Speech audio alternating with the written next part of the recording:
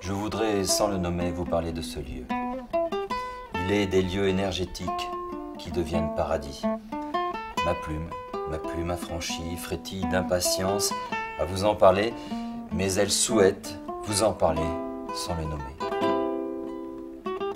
Libre, et libre comme un amazigh, comme tous les hommes que la dignité tient debout, il est de ces lieux que même les vents de sable ne peuvent ensevelir, ni même ébranler.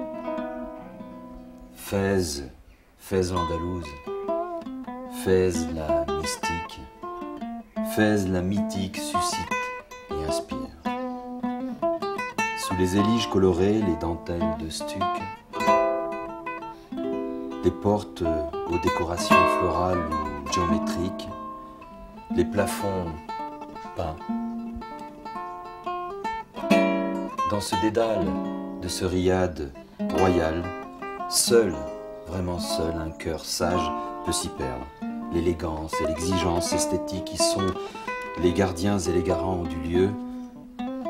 J'avais laissé ma plume goûter, je la laisse s'y perdre, et surtout, je la laisse se confondre en ce lieu. Je voudrais, sans le nommer, vous parler de ce lieu. Il devient mien. Tant son emprise est certaine, il devient mien tant il s'offre. Il devient mien, il m'appartient maintenant. Il est mon chez-moi, tant il est chevel.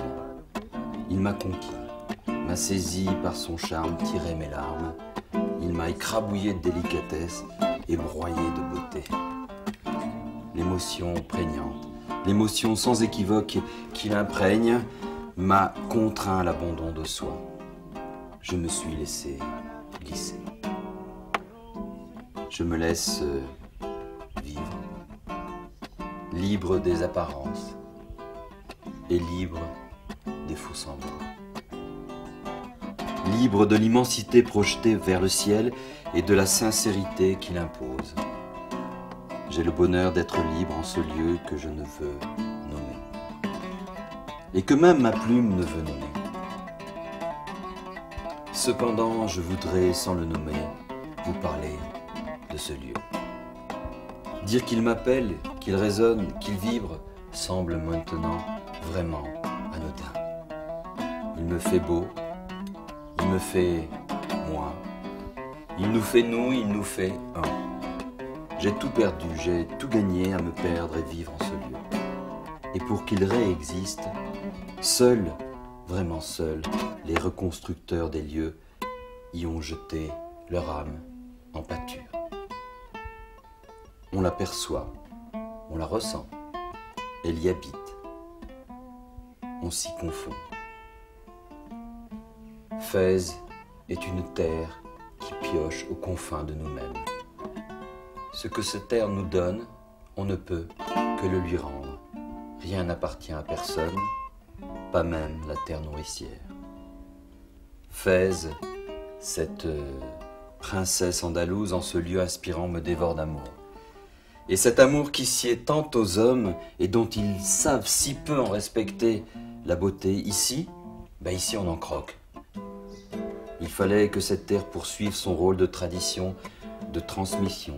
Chacun transmet ce que les anciens nous transmettent. Notre chemin chemine, poursuit sereinement et spirituellement sa route en ce lieu d'architecture et de tradition. Dans ce pays, sur cette terre qui m'a vu naître, il me fallait encore et encore en parler, m'y entretenir, m'y embellir. On ne remercie et sacralise que ce qui grandit l'homme. Chaque homme qui s'élève, élève le monde, disait Gandhi. Et l'on pourrait humblement, mais très humblement, poursuivre en ce lieu de Fès en disant « Un lieu qui élève les hommes, élève le monde. »